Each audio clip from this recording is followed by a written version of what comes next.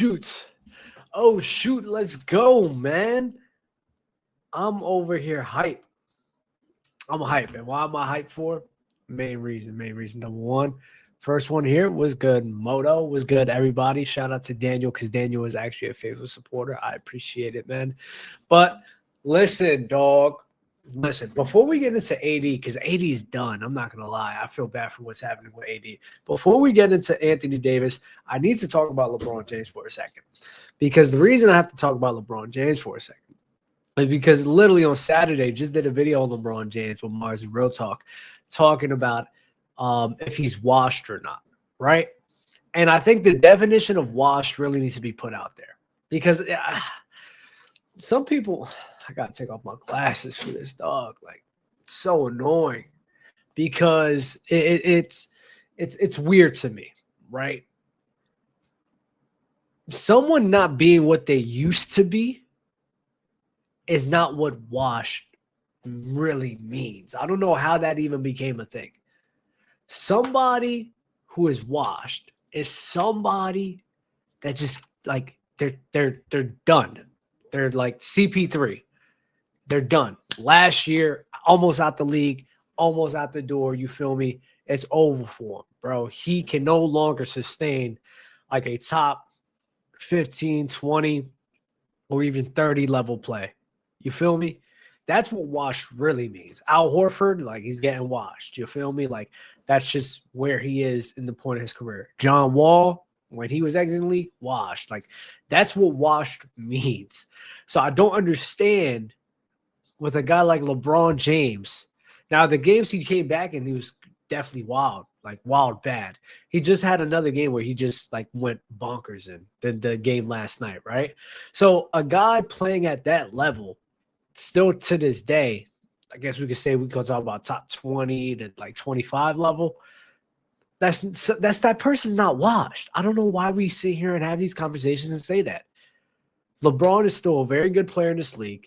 Still a top player because if you're top 20 or top 25, like you're still a top player in the league. There's like over 500 players in the league, right? So he's still a top player in the league. So for me, at least, it's very hard to call somebody and decide, okay, this guy's washed. He's done about the league. It's just very hard for me to say that. So that's my opinion with the LeBron James one. Is he washing? Because LeBron James being washed when he's still capable of giving you like 25 and 10 a night. He's still capable of giving you that out, not every single night, but he can give you that for sure. He can still give you 20 a game easily. Washed, honestly, being washed, especially when people talk about basketball, mainly means you're done. You're probably a bench player, rotational player, what you used to be, which was a star caliber level, star caliber player. You are nowhere near to that at all. Now, comparing LeBron James to himself and calling him washed is the weirdest thing I've ever heard in my life. How am I going to sit here and look at a guy like LeBron, who's probably the greatest or in the conversation for the greatest player of all time, and say, you know what, LeBron, just because you're not at that level, you're washed.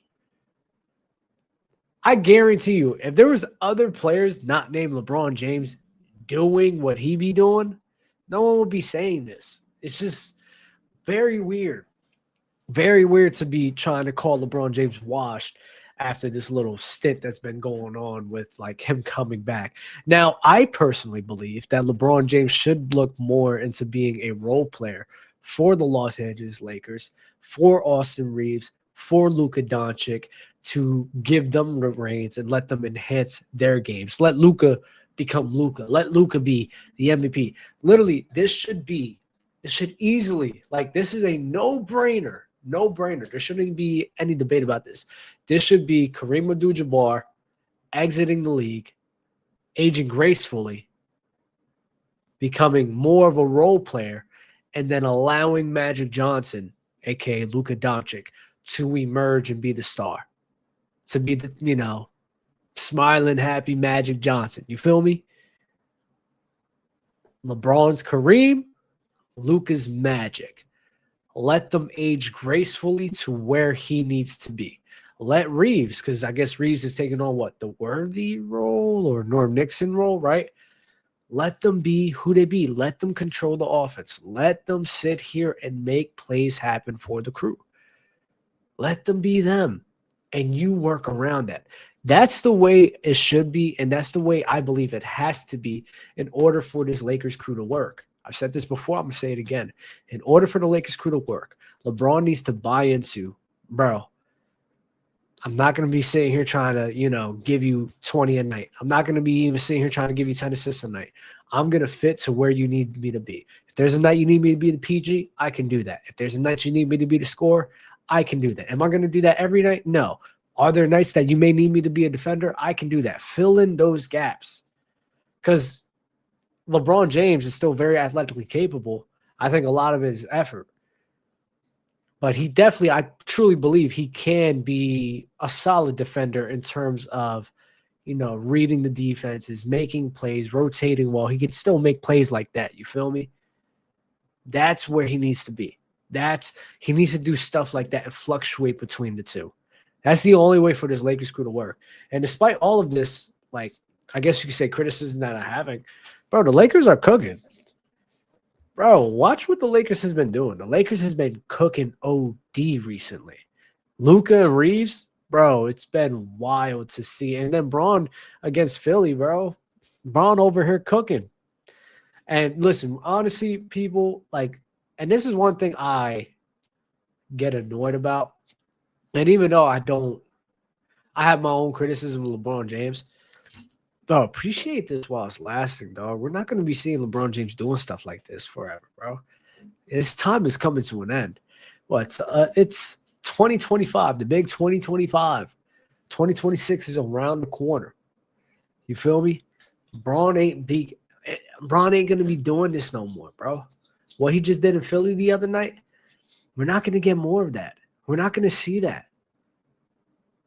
Cherish it. Stop hating on him. People praying on him to be washed. I'm not going to lie. It's going to be very hard for me to imagine a league without LeBron James. Love him or hate him, you have to admit to that. Seeing a league without LeBron James in it is going to be something to get used to. I don't think it's going to go over well, especially if Victor Wembanyama keeps getting hurt like this. Because LeBron's name alone is still probably the highest marquee name in the league right now. We don't got a Kobe. Well, I guess you got Luka, who's probably taking on the Kobe role of, holding on the reins, and then Victor. Well, Victor keep getting hurt.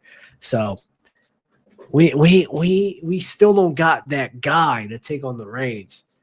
People are going to say Shea. Bro, how many people really love Shea to death? I think he's great. Bro, people don't know Shea like that. Casuals don't know Shea Gilgeous-Alexander like that. They just don't. So we need some new guys, man. I'm not ready for LeBron James to be out the league, bro. I'm not gonna hold you. Really not. But to segue to the next topic, we could talk about his ex-teammate Anthony Davis. Right? The injuries is catching up with him too. It's funny because I was talking about Joel Embiid, the last one. I guess AD is going to be another one to even talk about. And Anthony Davis himself is also done. Just can't do it anymore. And Davis is a guy, and this is like Nico Harris. This is why Nico deserves to be fired, bro. He just deserved to be fired. There's no way, you really signed off on trading Luka Doncic, and with his issues, with his conditioning issues and all of this that you had, right? Defensive issues that you had, right? Bro, you traded Luka for a 30-plus-year-old star in the league, great caliber player. You traded him for a guy like that who is always hurt, who has been hurt even when he was first into the league, bro. He's been in the league for, I think, over a decade. So you decided to trade for a player who was still a great player at the time, who was consistently year after year on the Lakers getting hurt, has always had histories of getting hurt. And you thought at 30 plus that this was the time to trade a generational player in Luka Doncic in his prime. in his prime, bro. You decided to just move away from him for AD? As bad conditioning that he had and drinking problem that he had, and I guess you could say defense that he had, bruh, as bad as that was, or you thought it was, you really thought that AD was better? What's good, Shay? Salute to you, brother. You thought AD was the answer to that? Man, I just know. Yo, I'll never forget. I'll never forget, bro. This guy's crazy. I'll never forget. This man, Nico, going to talk about, man, I just know Jason. I know Jason Kidd and what he likes from a team. And I don't even have to ask him to understand what he wants and what he wants to do and everything. I know that this was the right decision for the team.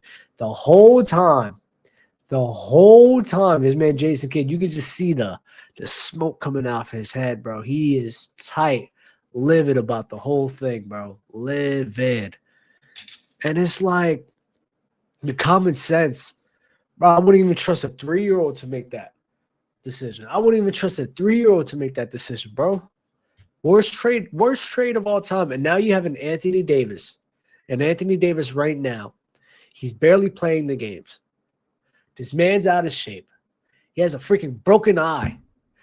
Like, dog, he has a broken eye, broken shoulder, broken tibia, broken fibula, broken femur, broken, I don't know, hamstring. He got broken everything. He had broken every single thing. And shout out to AD. I think he's an amazing talent, one of the greatest players we've ever seen. He's done. He's never going to be the same, bro. He's done. It's Anthony Davis. He's packing on too much weight, especially how he was playing the center position. He packed on weight for that. He's packing on too much weight. It's too much force on his body. He's always had injury troubles even before all of this. Bro, he's cooked. He's cooked. He's cooked. He not even, I don't even know if he's like top 15, top 20 anymore. He dropped 40 in that plan. Then he got hurt. Yeah, Shay, it's honestly the worst trade in NBA history. It's worse than the 2013 Nets, and it's worse than 2019 OKC. The worst trade in NBA history. Nico Harrison, man. And then Kyrie. Look, bro, Kyrie, the whole Dallas Mavericks organization is cooked. Because Kyrie's hurt. Clay's old. Kyrie tore his ACL, dog. And Kyrie's above 32. Kyrie ain't going to be doing nothing. And I love Kyrie to death. But especially at that age and that state, if he tore his ACL maybe at like 26, okay, cool. I think he'll be fine. Tear his ACL at this age, he cooked too, bro. That I've never seen, bro. I don't think, bro. I don't think I've ever seen one freaking man disrupt a whole entire frame after in one season. One man in one season destroy and disrupt every good thing an organization had going for themselves. In one season, in one meeting, in 1 month, dog. This man completely and utterly disrupted everything and destroyed everything Dallas had going for themselves. There's no way you trade a generational player. A generational player. You don't trade generational players. You just don't. You live and die by that. Told you Daniel was going to be here. You live and die by generational players. You live and you die by it. Absolutely. Especially a player that didn't want to leave. You live and you die by that, dog. You have no choice to. Luka's literally in conversation to be top 10 player of all time by the time he finishes his career. He's terrible. Yo, Woodage, Nico is terrible. He got fired. That's why he got fired, bro. One man destroyed it all. You can't make this up. Oh, like you can't make this. My bad. I just got a text message. I was looking. You can't make this up, bro. And Luka, man, I'm serious. Like Luka, even right now, Luka, even right now is probably. Let me see how many years he's been in the league. Luka Doncic. All right, Luka, what you got? What you got, Luka? Let's check your stats real quick. Because I'm about to make an argument out here. I'm about to jump off a cliff because I'm ready to jump off a cliff. Like, this is what? He's 19, 26 years old. 1, 2, 3, 4, 5, 6, 7, 8. 8 years in the league? Not gonna lie, 8 years in the league. He retires right now. Probably like a top 20 player already in NBA history. Yeah. Yeah, Luka Doncic right now, if he's retired, 8 years in the league. Yeah, I'll give him probably top 20 to 15 player of all time. No, 20 to 25 player of all time. Easily. You haven't had a guy over here dropping 28 and 8 the way he's been doing. And especially him in the postseason has been remarkable. You just haven't seen anybody do that. And yes, I will say Luka's over Magic and Bird. Luka's the better version of Larry Bird. Everything that – and it's this thing. Luka and Bird don't play alike at all. Actually, Bird plays more like Jokic. But a lot of people, for some reason, compare Luka to Larry Bird. I promise you, Luka is who people think Larry Bird was. People think Bird was over here coming down the lane. You feel me? Coming down the lane over here trying to drop dime, like dribbling, crossing people. He wasn't doing none of that. Larry Bird was a post player. Larry Bird played like Jokic. Back to the basket. He had some nice dimes off of the post and feel me. But what people think that Bird is actually what Luka is. Bird is nowhere near that. And even Bird himself would say that the players today are far more talented, dog. Even Bird himself. So don't call me disrespectful. The modern day Bird is Jokic. That's who he is. We haven't seen a player like Luka back then. I'm just going to be honest with you. We just haven't. Not like Luka. Luka's probably like we haven't seen a guy like that. We really haven't, if you really think about it. Not with athleticism, but a skill set. You feel me? You feel me? I'm just being honest here. I'm just being honest. Can I just be honest? I cannot just be honest here. Let me be honest here, bro. I'm tired of the Luka and Bird like comparisons. It makes no sense whatsoever. It makes no sense. It tells me you haven't really seen it. Honestly, you snitch on yourself when you say that. You snitch on yourself when you say that Bird and Luka play alike. Absolutely. Game, he'd be worse than Luka. Absolutely. This is a fact. It's a fact. It's a fact that Bird would be worse than Luka in today's league. I'll stand and die on that hill, dog. I'll die on that hill. Dag, what was the last thing I want to talk about? Oh, actually, yeah. I gotta get on, and I'm not sure how much buzz this topic would actually get. Because it's not even that much NBA related, but it's more so streaming related, right? Dag, playback is shutting down, and that playback is something that, let's keep it a buck, even Player's Choice. Who else? Let's keep it a buck, Player's Choice. I know Gifted's been on there a lot. Lowe's been there a lot. Real Talk's been there a lot. And dag, I mean, they're shutting down. It's sad. It's really sad. I thought everything was going well for those guys. I'm not really in the mix when it comes to that. Not really like that anymore.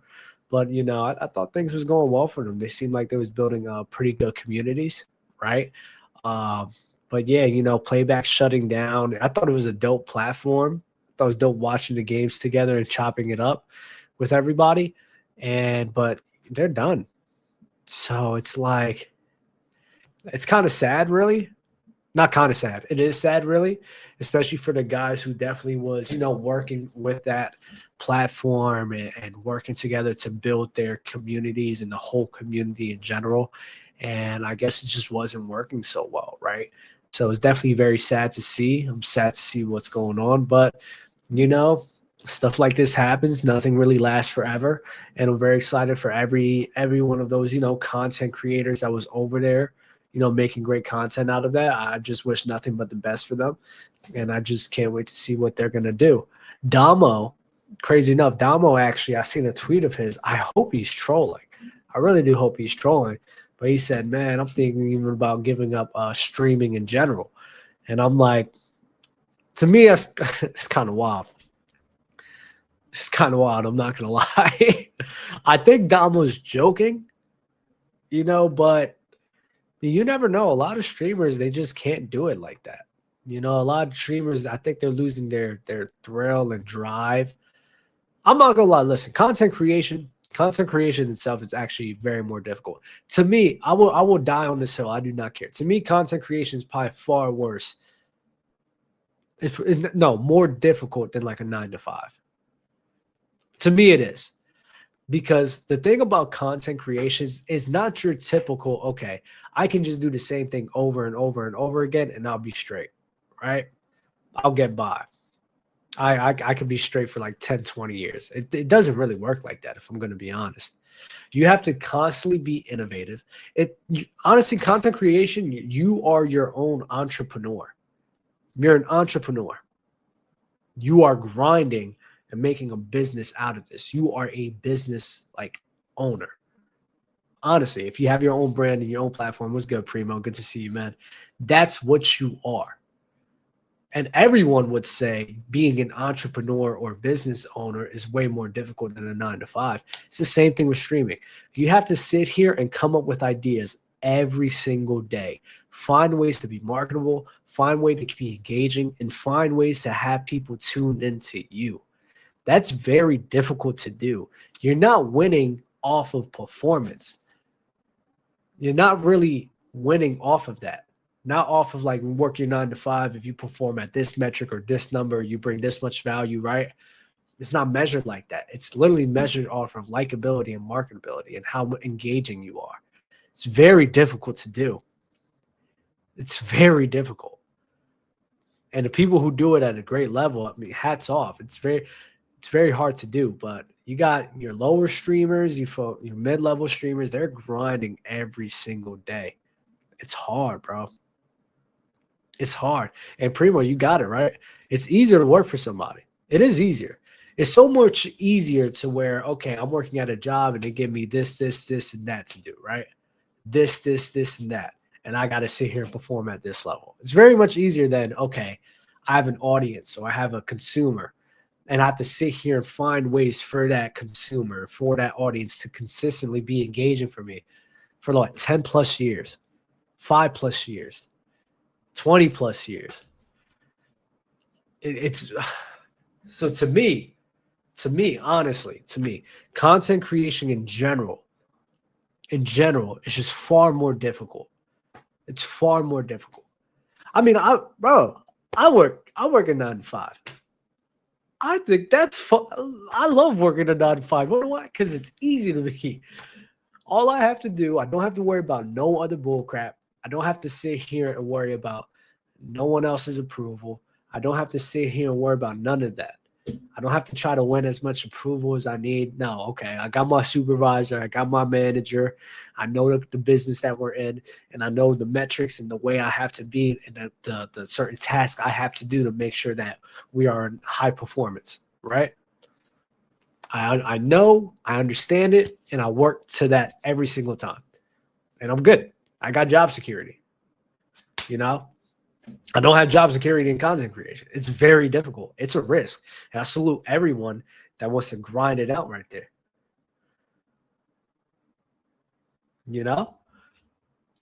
I salute everyone that grinds it out and takes that. 9-to-5s are far easier. They're far easier. I'm gonna be honest. The only times when 9 to 5s aren't as easy is if like it's like I don't know, it's like your higher end jobs. You know, like when you're over here like trading. Trading's difficult. Trading is difficult. I'm not gonna lie. You know, trading, you know, electrical work, you know, plumbing work, construction work, and then we can even go into the medical field, right? Being a doctor or nurse, that's difficult. To me, that's very difficult, and that's something where I'll be like, okay, yeah, that's more difficult than probably being a streamer. But all these other 9 to 5s that people be working, bro, it's easier to be. I don't care when I hope this don't go to like, and none of my bosses see this actually. I'll even tell them I don't care. I'll die on this hill.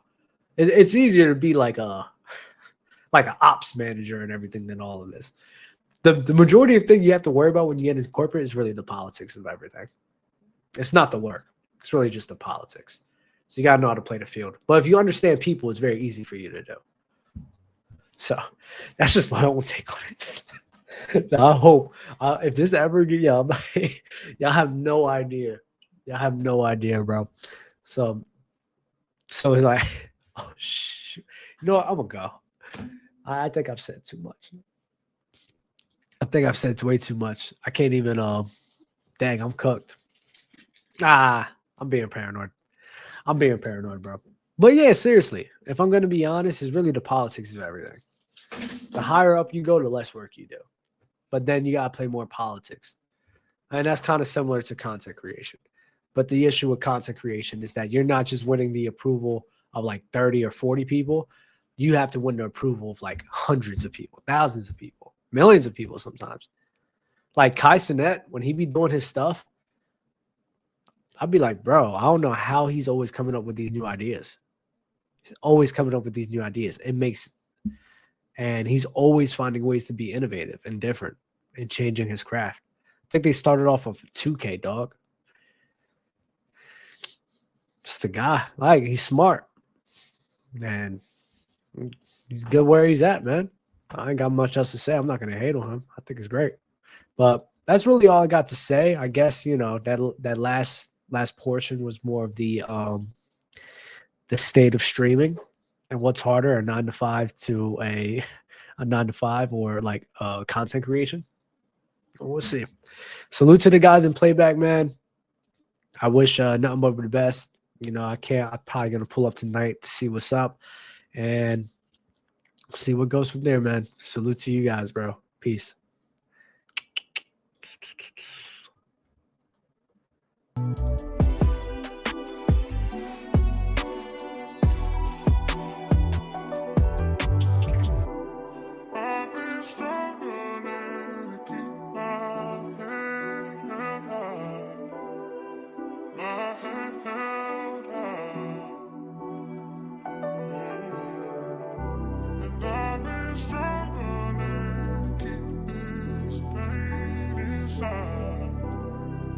This pain inside.